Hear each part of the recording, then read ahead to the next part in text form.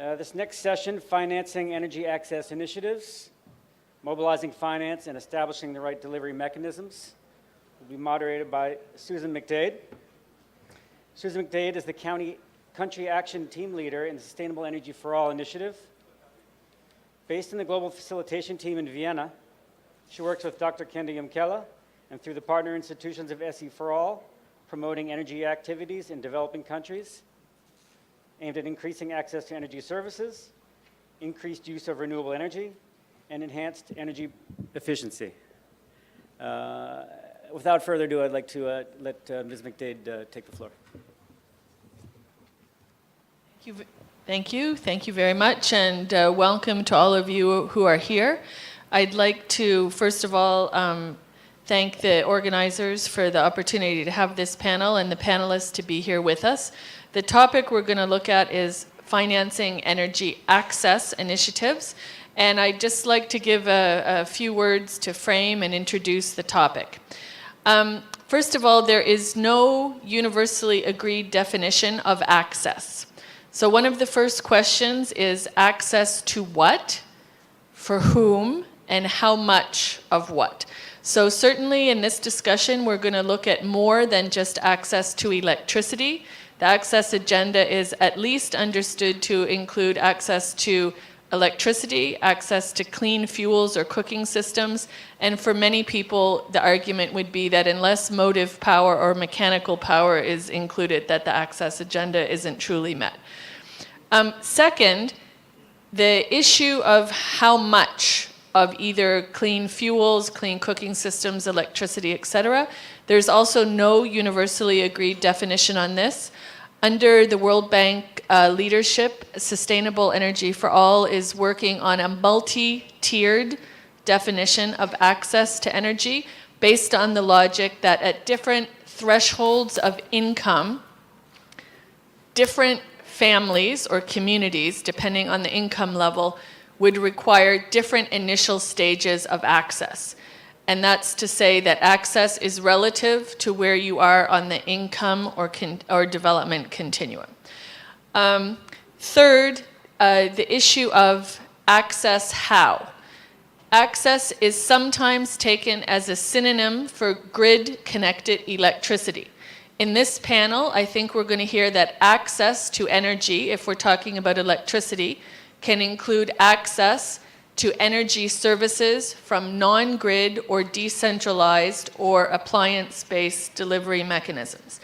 And finally, the issue that underpins the access debate and is very thorny is the argument, well, poor people cannot pay for energy. And on this one, what we know is poor people are not one big homogeneous slushy pot of people, that poverty is defined by more than income. And while it's true that absolutely indigent, the poorest of the poor people, probably cannot participate effectively in markets, we do know that even very poor people spend real money on energy services, mostly to get very low quality and very expensive energy if measured on a kilowatt hour basis or BTU basis. I wanted to frame those issues because the title would make it seem like we all agree that we know what we're talking about. But first, access, no universally agreed definition. Can poor people pay or not pay? Well, who are the poor? And is access through only the grid or through also off-grid mechanisms and delivery services? And finally, to make sure that we're all clear in this room that we're not using energy as a synonym for electricity.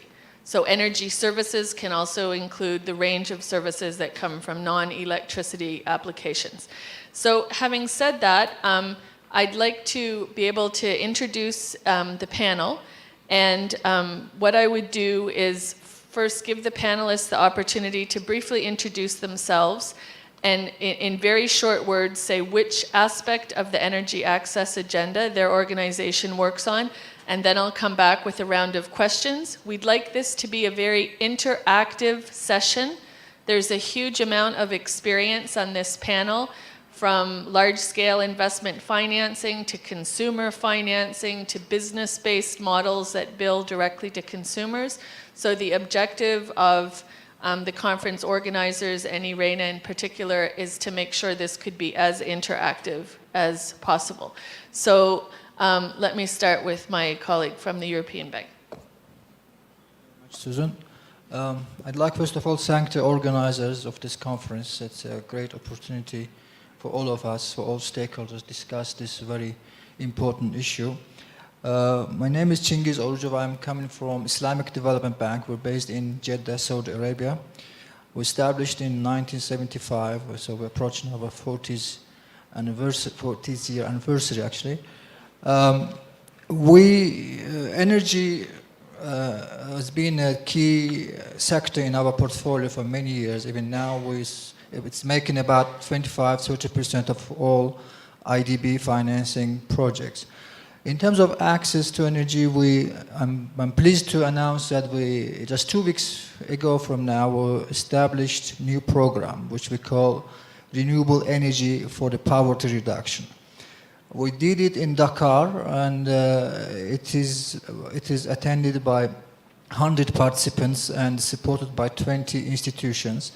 Within that program, we also decided to establish alliance. We call it Renewable Energy Alliance for the Poor, where we consolidate all players in this sector, both private and public, and NGOs, trying to get a synergy, because we're working in different parts of the world doing different kind of projects, but there's no coordination, we believe. So we decided to put all these efforts into one alliance, and I can elaborate on this issue later on as we discuss. So just to summarize, we earmarked about $180 million to spend in the next 3 years just for rural electrification, primarily in sub-Saharan Africa, but it can be also in different parts of the world, as long as these countries are the members of IDB. We have 56 countries members in 4 continents. You can find those countries' names in our website. So it's pretty much about it. Thank you. Thank you very much, Mr. Khan. Roberto, just tell us a little bit about what the Commission's focus is regarding access. Thank you. Good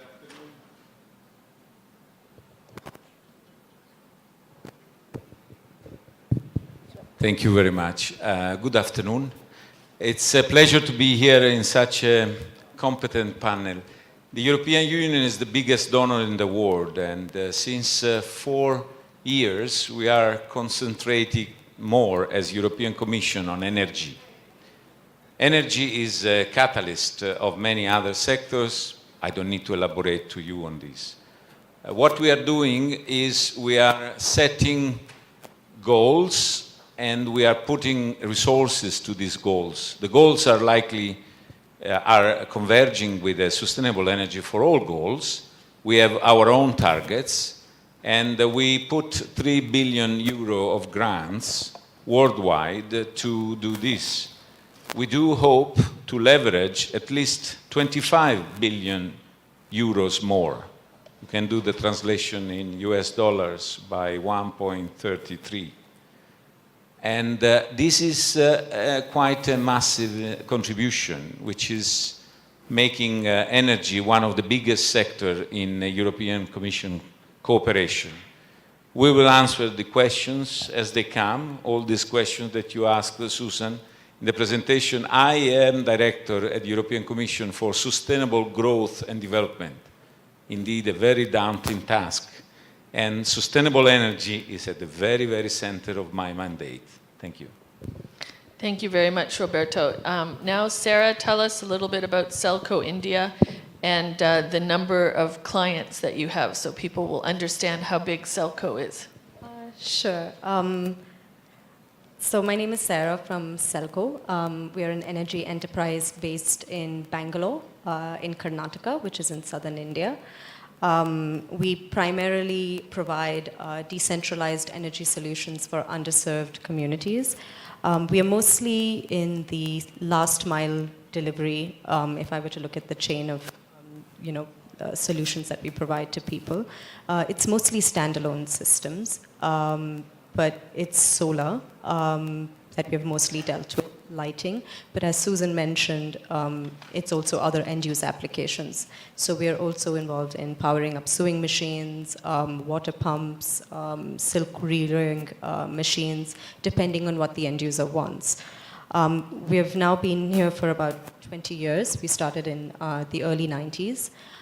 We have done about 150,000 households, if I were to look at the just the lighting bit. And we have about 40 branches spread mostly across in southern India, and we work in about 5 states. If there were 2 things that I would say that I think we have sort of tried to really hit home about, one is that we have contextualized a lot of our solutions based on the needs of our customers. So depending on what income bracket they fall into, what their needs are, what their end-use application is going to be, we design our systems based on that. So Selco doesn't really try to standardize solutions, we try to contextualize them based on what people want. The second thing that we have done is we've tapped into end-user financing as a critical way in which our end users actually can afford or pay for our systems. So we don't expect that they pay upfront for our systems. Our systems may range from $300 to $500. But what we do, work with them and local banks, we facilitate a loan that can come through a financial institution. So the end user can pay it over, say, 3 years or 5 years. And that's really been, I would say, a USP of our model. So end user financing and contextualizing our solutions have been through 2 key ways in which we have delivered our solutions over the last 20 years. Thank you, Sarah. Now I have Nafis Ahmed Khan from AED Pakistan. Tell us a little bit about your work. Okay. Hello and good afternoon. My name is Nafis and I'm representing Alternative Energy Development Board, Government of Pakistan. If you allow me, I would like to introduce my organization and then potential for development in renewable energy sector in Pakistan. As you mentioned that there is no specific definition for access to energy, so primarily I would be covering grid connected initiatives and the potential that exists for both on-grid and off-grid.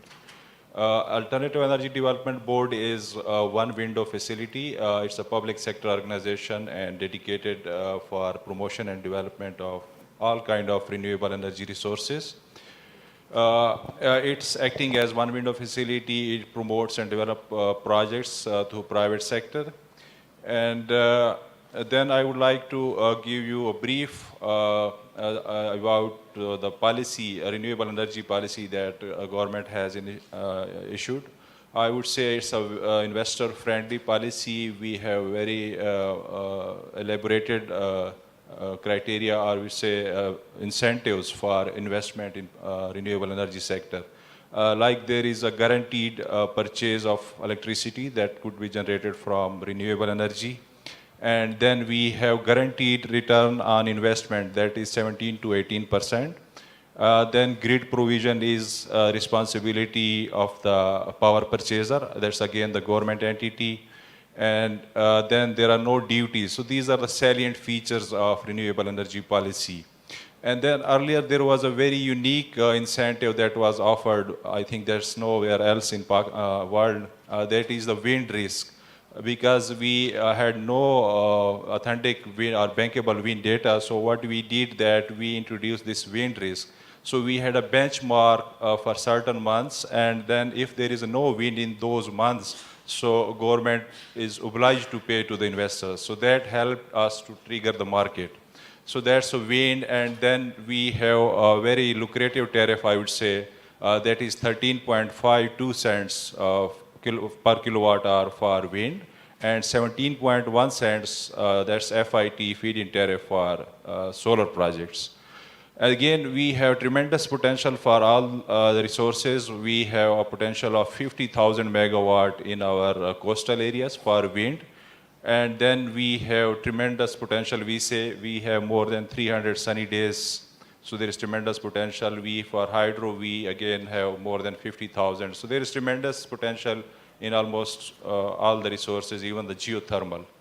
So what's the current developments are that we will be having 2,000 megawatt of wind by end of 2017.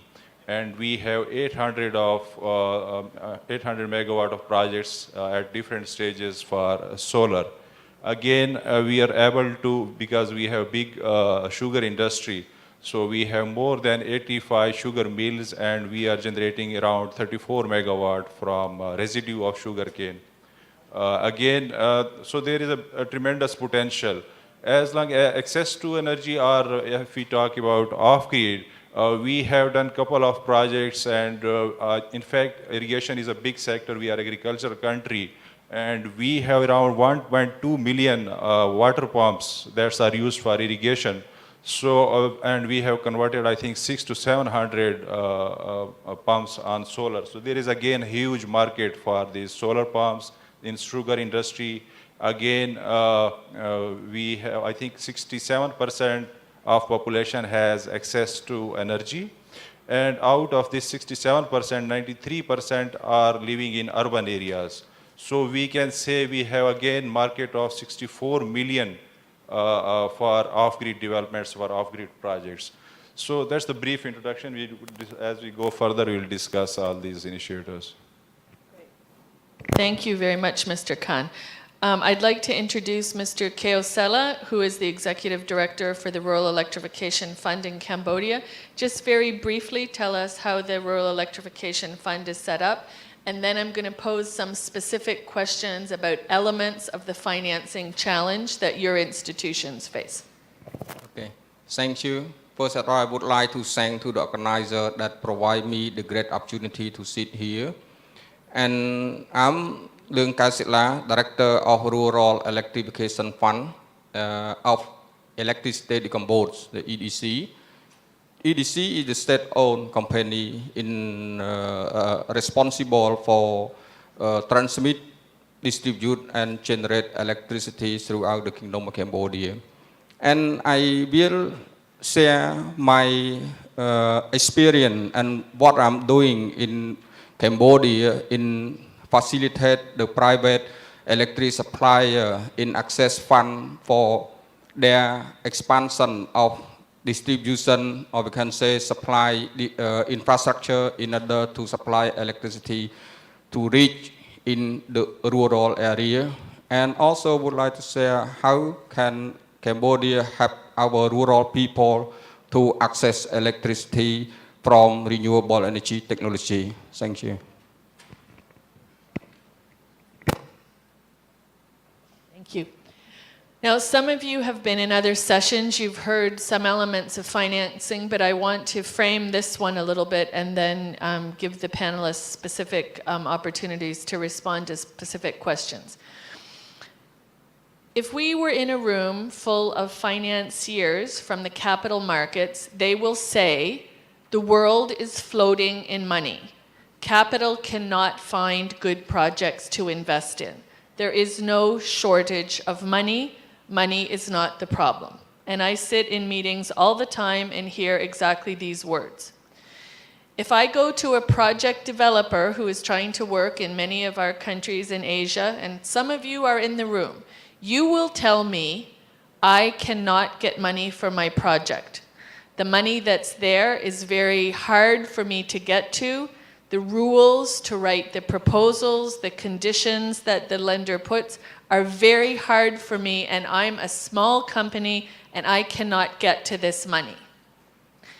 If I go to a community, and I'm an economist, I could talk to any poor family and say, but if you spent your money differently, you could buy better energy services. And they would look at me and say, you poor innocent child, don't you understand that I don't get my money every week? I only get it during the harvest. I only get it during remittances. I only get it if my husband gives it to me. And so then we know there are very big challenges in consumer financing and not just enterprise financing. So at every stage of the financing horizon, we know there are different barriers.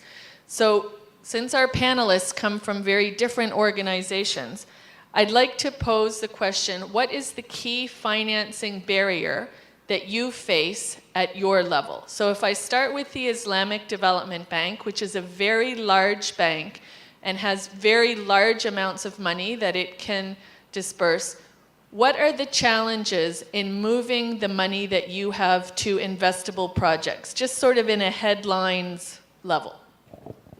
Thank you very much. It's quite an interesting question. In terms of the rural electrification, the main challenge is people or communities are sparsely dispersed. They are located in far remote areas, and outreach is difficult for both government and for us to go and appraise the project. And these people are poor. That's another challenge. They're poor, the payment is a problem. That's why we approach the problem through government agencies, and in most countries they have rural electrification agencies. We work with them. What they do for us is they bundle these small projects into one package, like we do in Burkina Faso, for example. They come up with 10 million, 12 million project, which covers 40, 50 villages, where they do groundwork, they mobilize the communities, they set up the leaders for each project, and then we step in, we finance through this government agency, and they split this financing into those communities.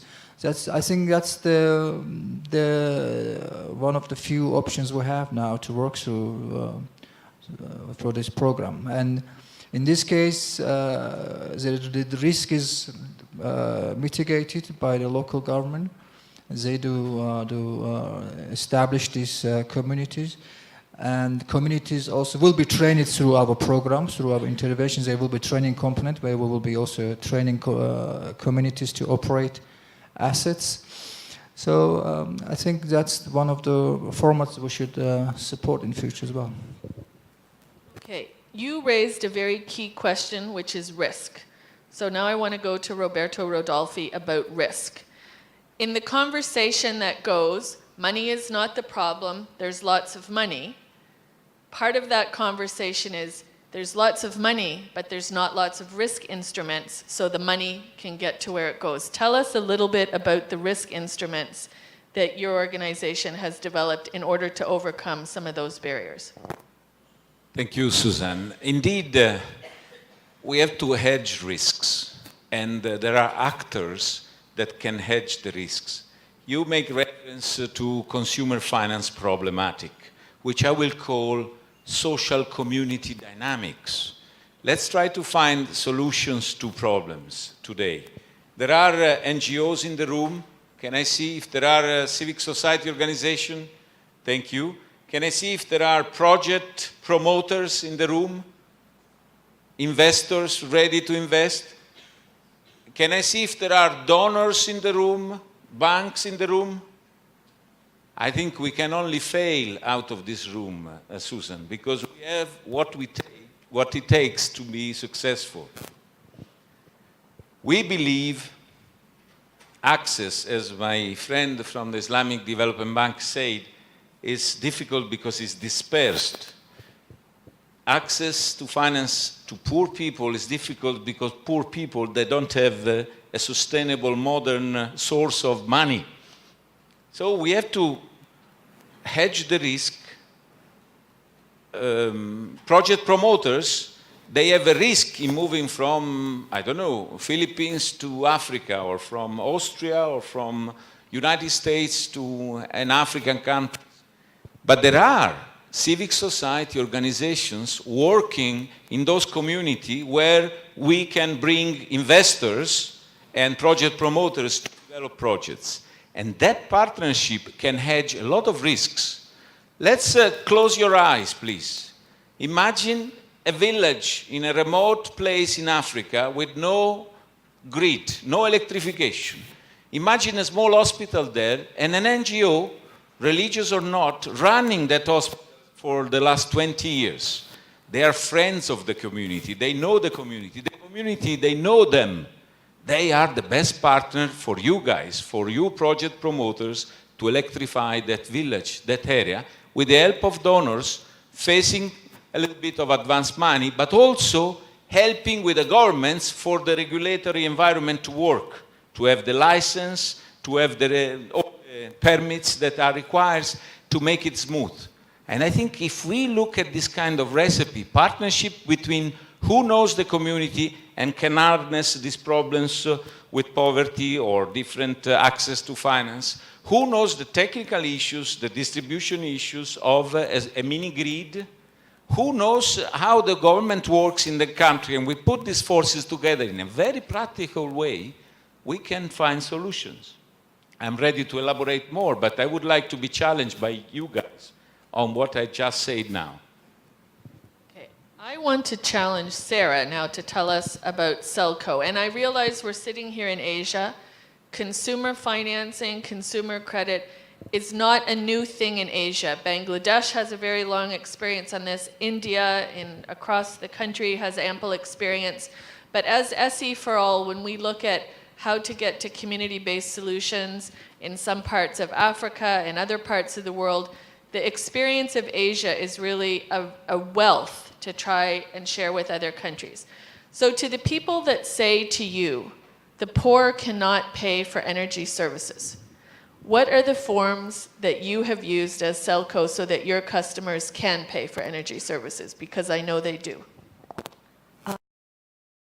Yeah, thanks, Susan. I just want to also step back and address that question. I think if I were to broadly kind of categorize what the issues are, I would say it would be, like you mentioned, let's assume there's financing. It would be the channels through which this financing reach people, the mechanisms, so what are those instruments, what are the things that we use, and the capacity. And capacity of three actors. I think we're constantly talking about financial institutions, banks, but I think we also have to talk of enterprises, and we also have to talk of funders, investors. I think so there's capacity building on all these three levels as well. So in terms of channels of routing these funds, I think we have to really break down the conventional way in which this is done. We have tried to do it through intermediaries. So whether you do it through community organizations that you can partner with who understand these communities well, and maybe you can do a revolving fund with this community organization. They manage that revolving fund and deal with the community. That's one way in which we do it. You work with local banks. If it's in the absence of local banks, which I know is a situation sometimes in Africa, where you do not have financial institutions, and many times they look at us and say, well, you guys are lucky. In Karnataka, you have this amazing financial network. We don't have that. We don't have local village banks. What do we do? But you can tap into maybe community organizations or local intermediaries. I think even for big financial institutions, how can we start challenging the conventional ways in which large guarantee funds are brought down to the enterprise or the end user? Is there a better way to do it? Is there, intermediaries that we can tap into? So I think channels of routing need to really be, I think, something we need to focus on more.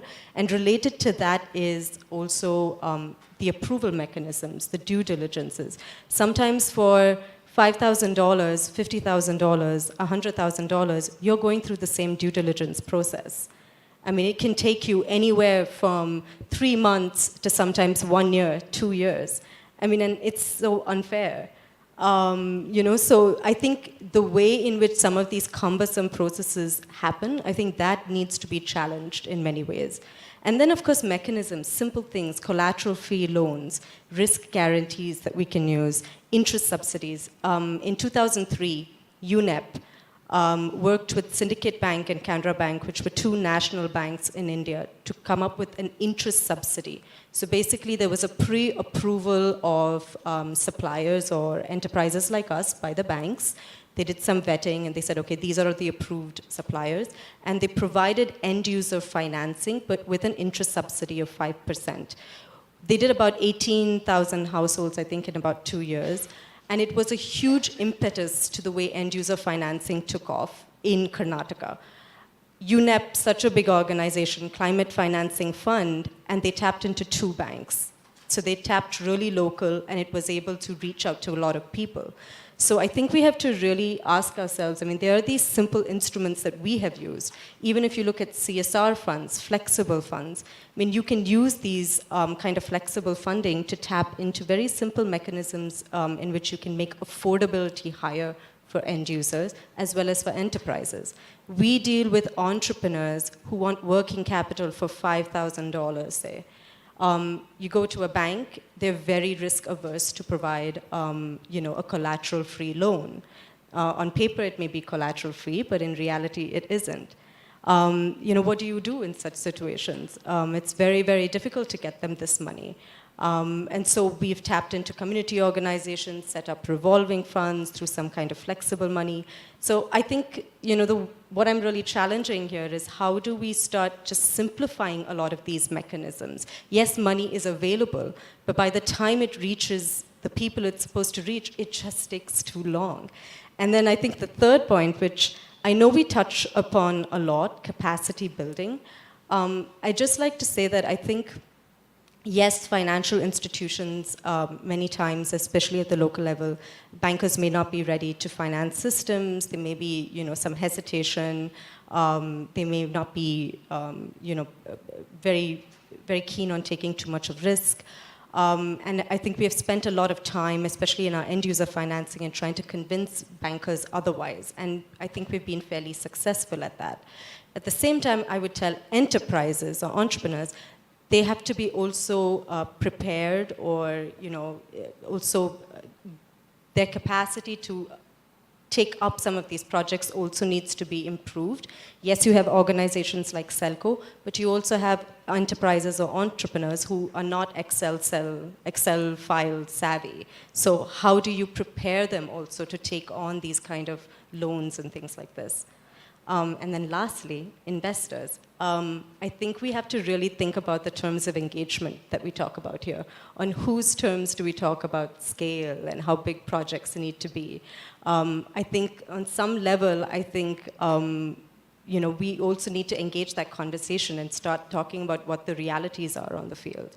So I think capacity has to happen on these three levels. Thank you for that, Sarah. Now, if I move over to Pakistan and Mr. Khan, I wanted to ask about what mechanisms have you seen for blending sources of financing? Because that's we often hear about the color of money, and what does that mean? That different kinds of money are good for doing different things. And just as we don't want grant-based mechanisms to do giveaway kind of energy projects, we can't apply commercial money for all capacity development activities, for instance. So this issue of blending different kinds of money to get to the outcome, tell us a little bit about that. Thank you, Suzanne. I think most of the points are already covered by Sarah that I had in mind.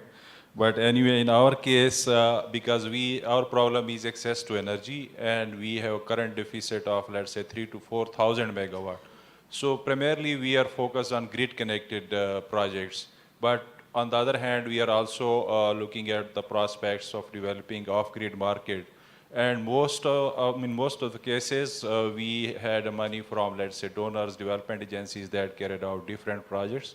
Recently, we completed a project that was sort of mini-grid, where we electrified 100 houses having a population of roughly 500 people. So the project went well, but I think the thing that was missing and that I realized will depend on which depend operation and maintenance and sustainability of the project.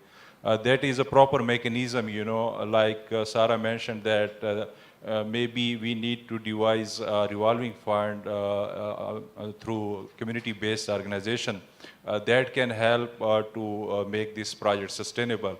Again, like I mentioned, we had tremendous potential for small micro hydro or mini hydro projects in our northern part. And we are again implementing projects through some NGOs, from rural support program.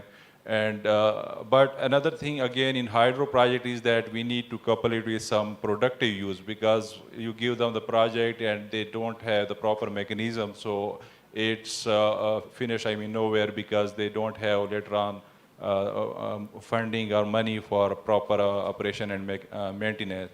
So what we are trying to do that we can couple it with some productive use, like we can have some floor mills, some stitching centers, some vocational centers for women. So if we are able to do that, I think that can help us to make it sustainable. Again, like you mentioned, that we have tremendous potential for these irrigation pumps, and there we had poor farmers. If we can manage to devise a system through which we can give them some soft loans. So that's again a huge market, because 1.2 million solar pumps we have installed so far, 600 to 700 pumps. So that's again, so all we need to have is, I think, a proper business model or affordable business model which can take this project to success. Again, access to financing is also a problem in most of the cases, and lack of entrepreneurs, lack of investors is again the thing. Because once I think we have a proper successful model, so we would be able to attract attention of investors as well as all the other partners. So potential is there. All we need to have, I think, is a successful business model. Thank you. If we pick up on the point you made, one of the expressions you used is productive use. The global experience shows that when energy programs are linked to something that makes money, either at the household level, the community level, or an economy-wide level, they're more likely to be successful. So tell us a little bit, in the case of the Rural Electrification Fund in Cambodia, is the issue of productive use and what the people use the electricity for, is that a relevant criteria when you consider how to manage your program? Okay, thank you, Ms. Susan. Electrification Fund has been established since 2004. At that time was under the assistance of the World Bank Fund. And then after that, the World Bank project is over in year 2012. The government decided that, okay, to provide electricity to our rural people is more important, because in Cambodia, the rate of electrification in Cambodia is about, up to now, about 50%. And most of the people who electrify is in the city, urban area, and district town. And the other remain in dark. Because of the access to fund from the international as well as from the local commercial bank are really very difficult, because we be talking about the international organization, they require a lot of study, document, and they need to pass through the government, and it will take a long time. And talking about the local commercial bank, they require a collateral, and we need to pay the interest to the bank. If we take this money to invest or to provide electricity in the rural area, it will not viable. So EDC is the state-owned company have a program to merge, integrate IF into EDC as one department. We call Rural Electrification Fund Department. And this department have to perform their operation as the non-profit department. EDC every year have provide a fund. For example, in year 2030, they allocated some fund from the benefit of their core business and give to IF 4 million for IF program. And in year 2004, they provide 6 million to help in accelerate in development of rural electrification. Our program is like this. We design into 3 programs. One program we call Power to the Poor program. That the program designed to facilitate the poor rural household in rural area to access electricity by the grid supply. Because we consider that even the grid is there, they still not have affordable to connect electricity from the grid one time. So we give, according to our calculation and study, we think that we need about $120 per household in order to connect the electricity. For deposit fee, connection fee, the wiring from the meter box to the house, and the in-house wiring. We allow them to loan our money from IF, from the money from IF, and then this loan is interest-free loan, and we allow them to pay back installment up to 3 years. And the second program we call the the solar home system program. This program up to now in Cambodia we have installed the solar home system program and solar home system under IF program about 160,000 system with the capacity of 50 watt. In the program we are doing like this. We procure in bulk. First package under the World Bank program we have 12,000 system and 12,000 system. We procure in bulk, and then we provide subsidy $100 to the purchaser, and the purchaser is the rural pool. That we consider that area that people live in the very remote area, that electricity may not reach for long period. And the remaining money, we allow them to pay back in installment up to 4 years. So in case of under World Bank fund, Sanlabop is the one who won the bid, and they supply the material into Cambodia, 12,000 system. And the cost at the time, I remember about $360 per system, and we grant 100 per system, and then we allow them to pay back only 260. We design, in order to implement, and we think that in order to operate and implement this program efficiently and smoothly, we know that the rural people do not have enough capacity to maintain their system. Some people, after a while, they use by mishandle the system, and they avoid to pay. And then in order to do this, we have hired a private sector to collect the money and provide the maintenance service to the rural people. So we contract to them, and the charge on the contract is borne by IF. Rural people are not required to pay anything. And in year 2013, we have used the same scheme to scale up the solar home system, another 4,000 system. And we are planning to scale up in year 2014 with the amount of 6,000 system.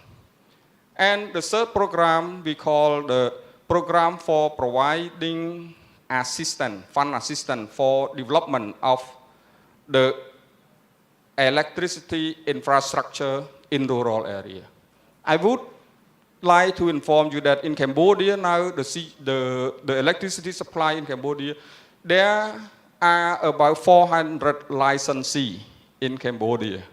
And EDC is one of the bigger licensee and the state-owned company. And this program designed because of the licensee in the rural area, we have conducted a meeting as we now doing, and we have conducted a lot of meetings to ask them about the challenge, how to access the fund from the bank. And they said that the problem is if they go to the bank, the very big challenge is the collateral. Collateral is a very big challenge, so they cannot access fund.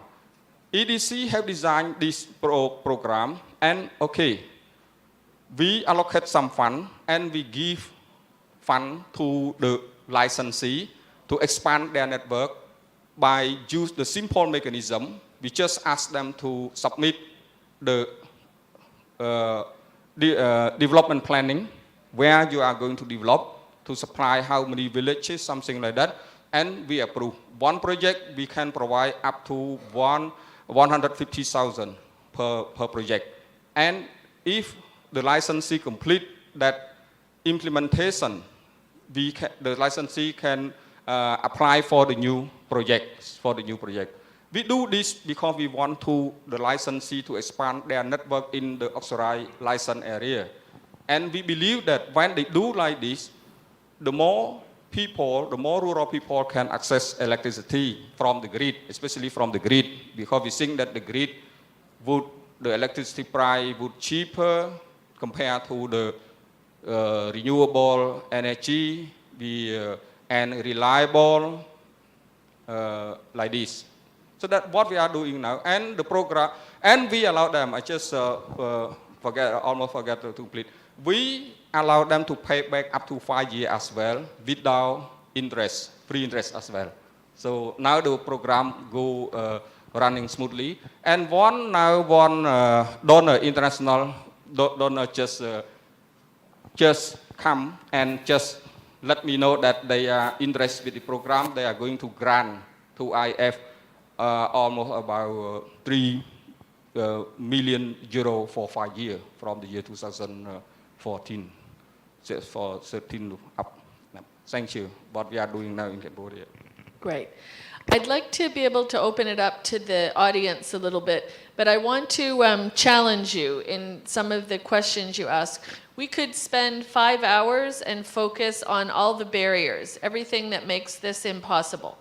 But in fact, the evidence is the successful approaches are the ones that didn't focus on the barrier, but focused on the opportunity, the special thing that changed, either because the technology changed or the legislation changed, or there was a banking situation that had an opportunity.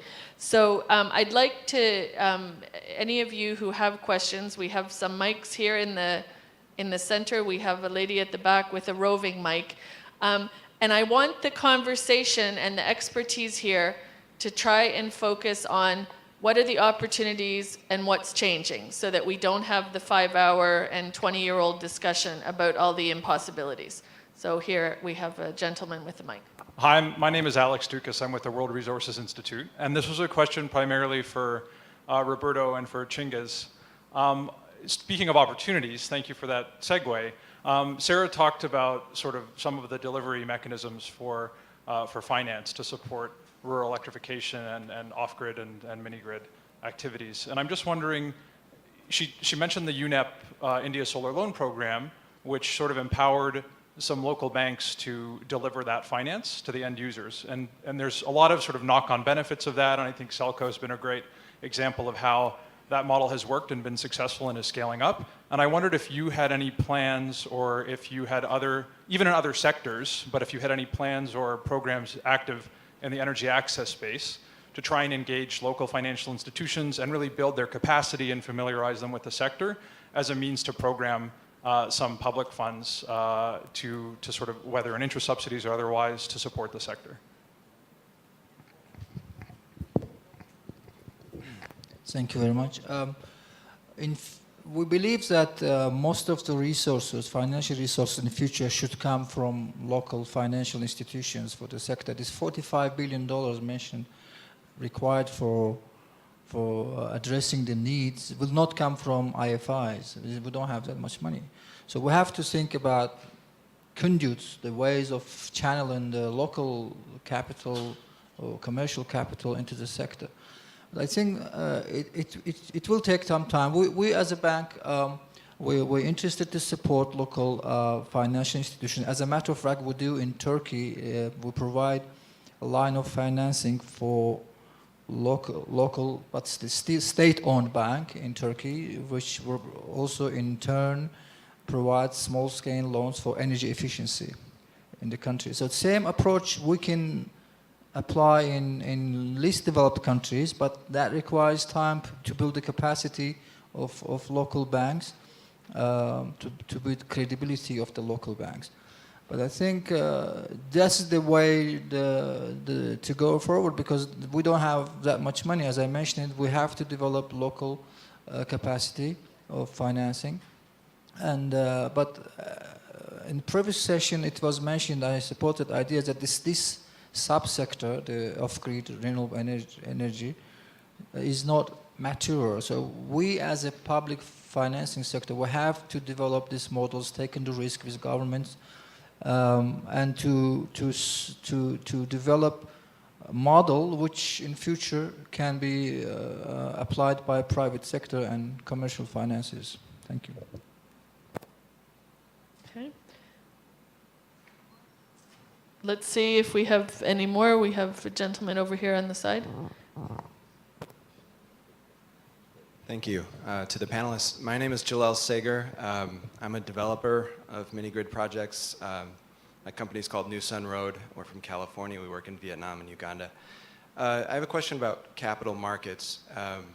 We found, I suggest that one of the answers to is capital scarce or is it abundant for these projects is that it's abundant at short-term, high interest rates, it's scarce at long-term, low interest rates. And we found our project economics are quite sensitive to the terms of the loans that we receive. What we found is that it's difficult to finance these through conventional commercial rates, through global capital markets. And one question I have, mainly for Mr. Rodolfi and perhaps Mr. Chingiz and whoever else would like to answer it, is how we bridge that gap. If we're going to scale up mini-grids and start to roll out on the scale of tens of thousands, hundreds of thousands, what kind of global facilities might allow some of this long-term low-interest financing to start rolling, and how we might aggregate a lot of different projects to sort of mitigate those risks and get the kind of long-term infrastructure financing that's been successful in making these big global movements in the past. Thank you. Yeah, I think this question is linked to the previous one. You need not only finance, but the right finance. And short-term, high interest rate is not the good finance. I'm sorry, but local banks are going to do exactly that. Short-term, high interest rate. We need, in this business, our access of electricity or access to energy in rural areas, we need patient capital. Patient equity, subordinated equity investors. That's what we are planning to do.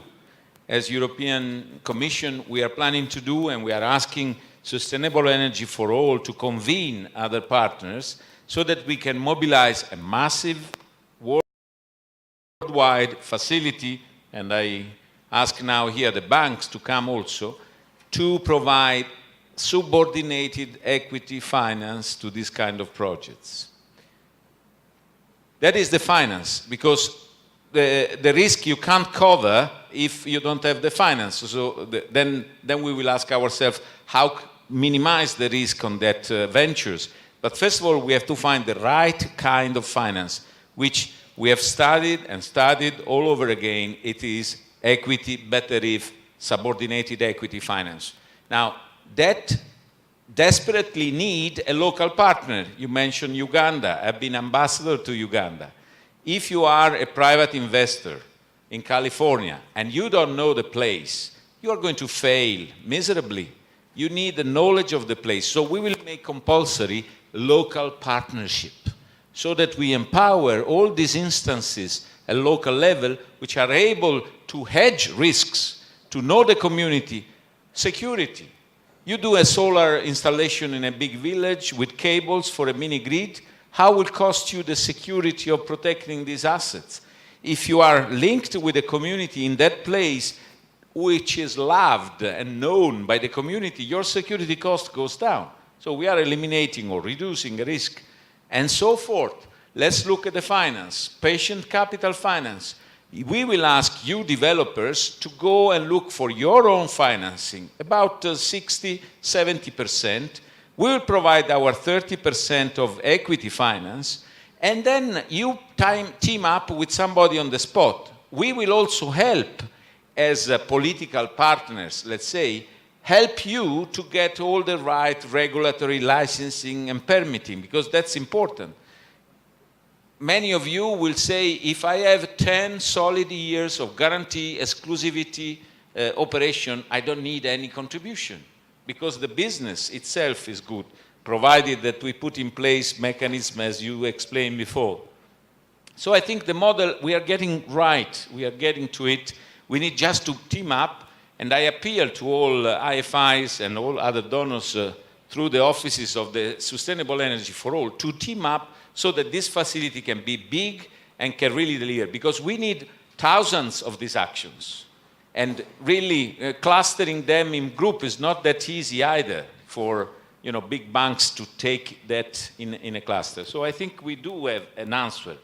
May not be perfect, help us to make it perfect. We will launch a consultation to the rural electrification people, to promoters like you. We have a big list of about 2,000 names.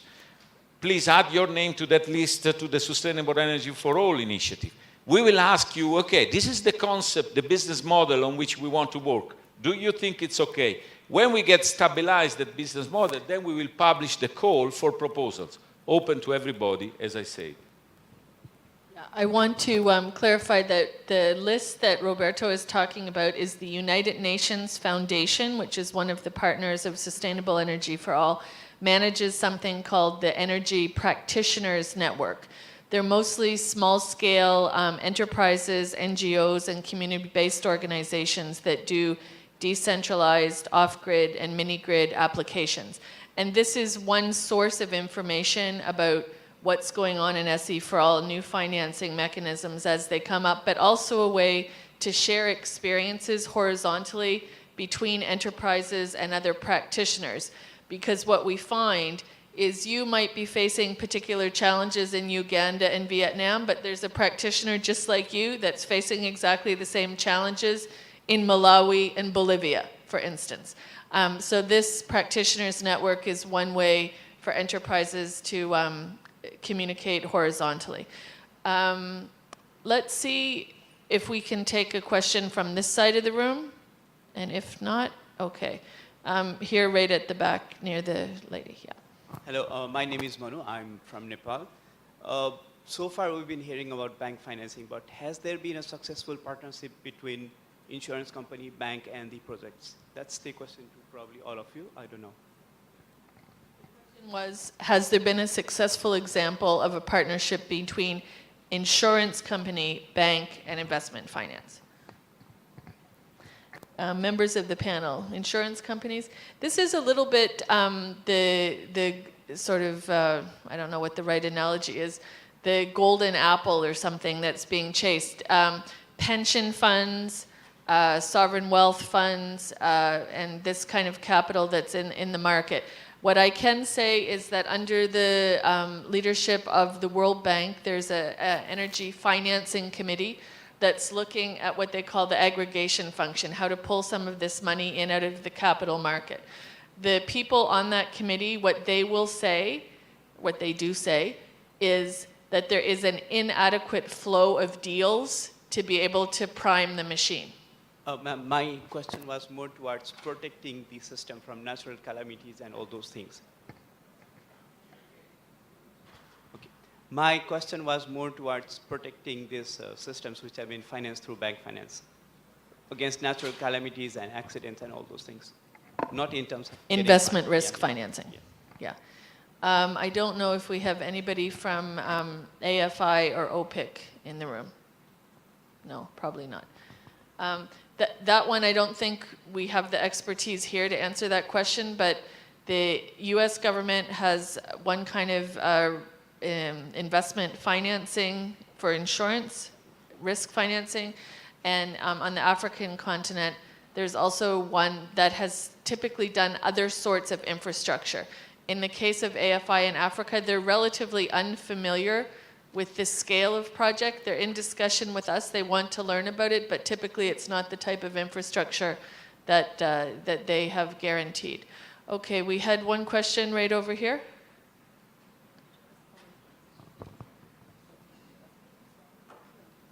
Yeah, thank you, Susan.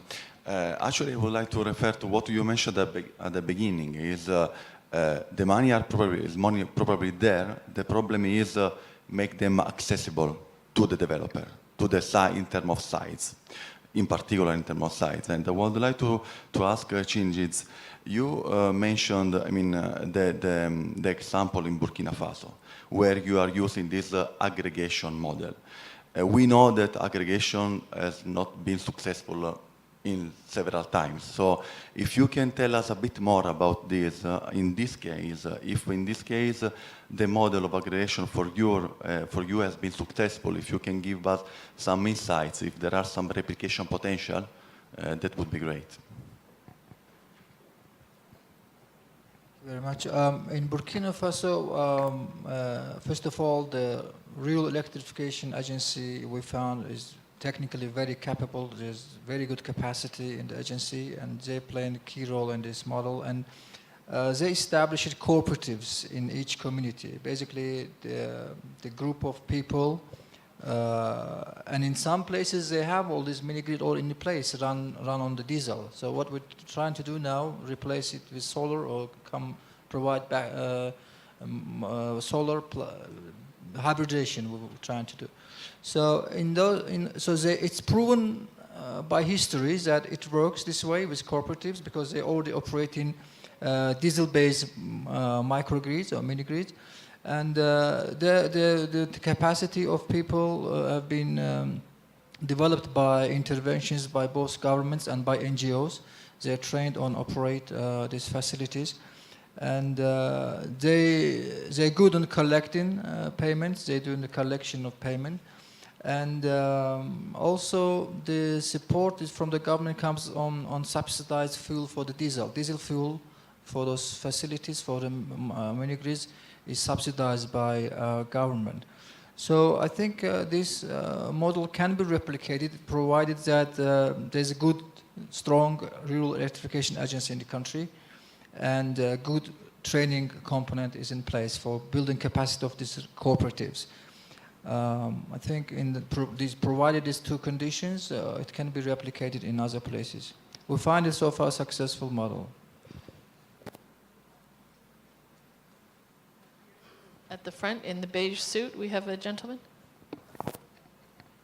Thank you very much. So you use the word patient capital. This is a very right word. That's what we all, as a developer, are looking for it. In our early discussion, all of you explained that there are plenty of liquidity finances available, floating here and there. And you all are looking for the right bankable business models. So what is the criteria of a right bankable model? One, are you looking, or are you going to compare a conventional business energy models with the RE models? If yes, then you should have to look how much subsidy is involved in every government's national grid system. Are you going to cut that subsidy in RE sector? If you are going to cut that subsidy in RE business model, this will be a bankable model. Would you like to comment? Do you have a simpler question? Of course, if we start, going by cause and effect, we go down to the rule of law, justice not working in countries, democracy sometimes not working, so investors cannot move, cannot go anything, Let's try to be practical. Your question is full of good common sense. Number one, what kind of criteria? That was a fair question. We will publish a call. This call will be open on the web, and we will try to make as much publicity as possible, and we will try to put together different donors so that we don't publish several calls, but one big call for everybody. The criteria will be the classical criteria. First of all, sustainability. Sustainability is key. How many of you have seen beautiful projects failing the day in which the donor funds stops going? We can't afford that. We need proposals that are sustainable in time, that go. Now, to go, they have to have a tariff plan which touches to the issue of subsidies in the main grid. But very, very often, that main grid will never reach the place where we want to do the rural electrification scheme for the next 15 years. So we don't have that problem.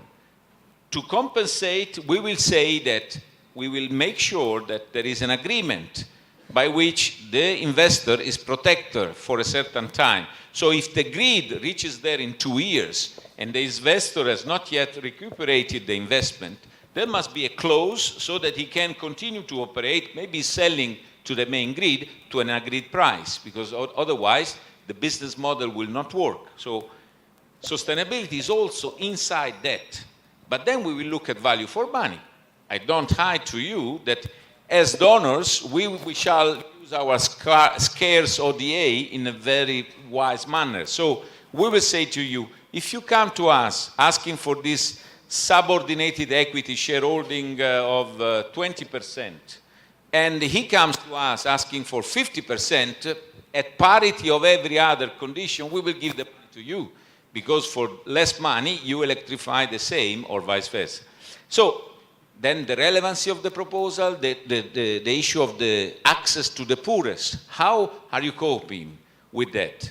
So are you purely commercial, or you are looking at solidarity schemes to access the poorest? That's why I say we will make compulsory that you have a social partner that helps you to make the right scheme in that thing. Nobody will impose the approach, but we will study, analyze with experts the approach. There will be a very thorough evaluation with many independent experts and with scoring systems so that we can ensure the best transparency and fairness to everybody. On subsidies, I just want to make a couple of points. At the level of the United Nations General Assembly, which is in the process of discussing the new framework for the post-MDGs, which will probably be called the Sustainable Development Goals, the current language regarding having a goal on sustainable energy for all, the most hotly debated part of the language is the suggestion of the removal of all fossil fuel subsidies. So there are definitely a number of countries that are actively supporting that. There are another number of countries that are very, very actively against that because they feel it's against their national interests. I think without going into the country who's right and who's wrong, the empirical evidence is the subsidization of the tariff is a blind subsidy. It doesn't subsidize a particular group. If the objective is a social function, or you want to target a rural community or a particular group, then subsidizing the tariff won't do that, because you're equally subsidizing who can afford to pay and who cannot afford to pay. So the challenge isn't subsidies, good or bad, but what kind of subsidies, where, and for who. And that's the part where I think a lot more work is needed on the mini-grids and off-grid systems, because governments, for political reasons, are always going to want to subsidize some segment of the population, and arguably that's within the right of public policy. But that it undermines the markets for project developers, there's ample evidence. I just wanted to share the response with Sarah, and I think pretty soon, I'm looking at the organizers, we're probably going to have to wrap up. Yeah, this is just maybe an add-on to Roberto's point. I think, we're very optimistic that the European Commission is coming in and doing something like this with the practitioner network. But my question would be, how, when these kind of call for proposals come, sometimes it's very cumbersome to meet a lot of those criteria and to fill in these proposals, and by the time it gets approved, it's a very long time. Is there an easier way or something that is being done to ease that process as well? Because otherwise this then fits into the regular way in which a lot of these call for proposals go on. So is that also simultaneously being thought of, that I, as an off-grid entrepreneur or enterprise, if I'm trying to access these call for proposals, the information that I need to provide doesn't deter me from actually applying for this process or for this proposal, and that is just eased up in some ways. We are making some progress in simplification. We are. However, we are now dealing with public money, and the highest transparency is due. this shall not mean cumbersome procedures and tough regulation. As European Union, we have 28 ministers of finance that tell us how to do things against the advice of the 28 ministers of development. And that is a little bit the situation, you know, looking. But I think we can simplify one by proposing equity instead of grant. So equity will keep us in the company, in the venture, which then should diminish the requirement for a grant one-off at the very beginning. Second, we are looking at other partners to join. And other partners joining in the finance may have different sort of rules for what is required. So we are looking at a flexible manner that can, I think, accommodate as many entrepreneurs, because we need entrepreneurs to source money in their own countries, in their own capital, with loans in their own place, but we coming in aiding that and protecting the investment. So I think this is the plot. It's new. It's the first time that we are trying to have a multi-donor call for proposal, not only commission, and we will try to make some road into simplification to the limit of what is allowed by us, by the financial regulations, of course.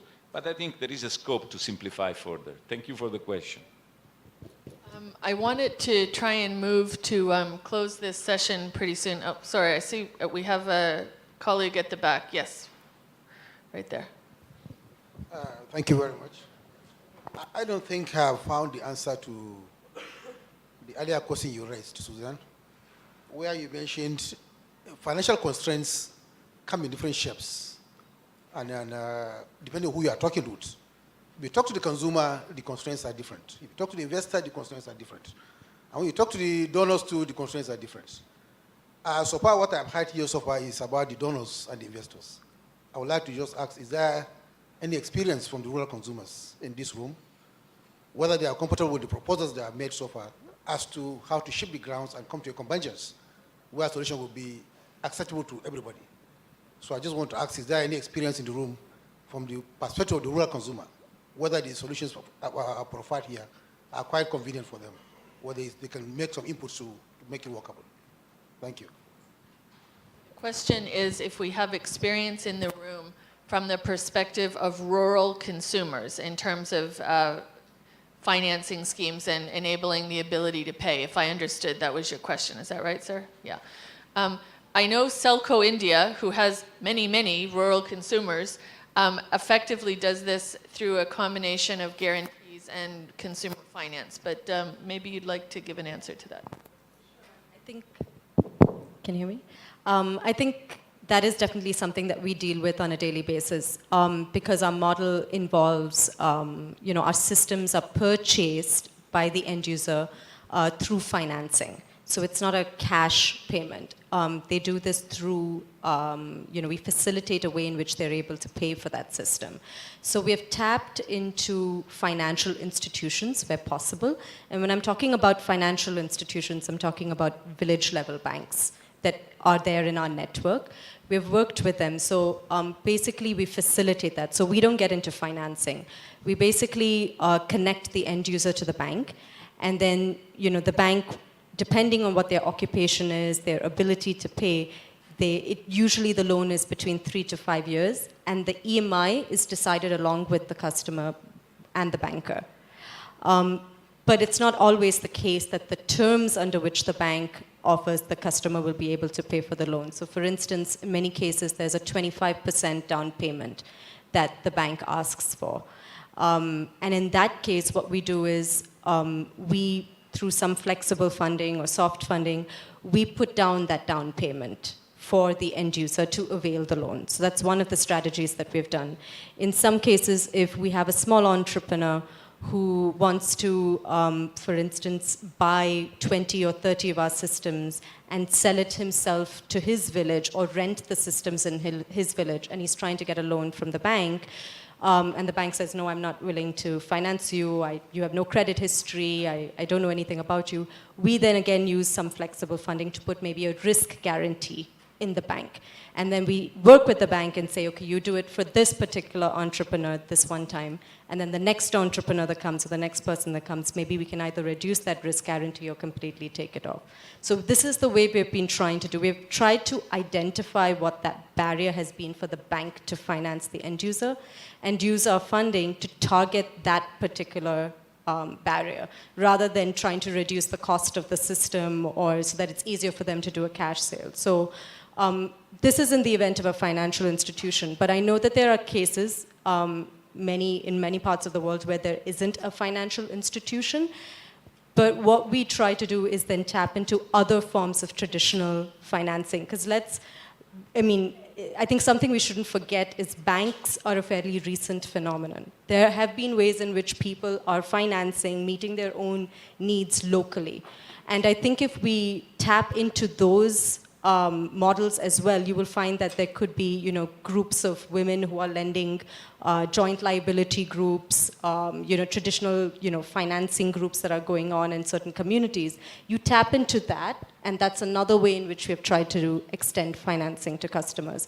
So there are different combinations, and the other way is through community partners. We have worked a lot with community partners where there is no bank.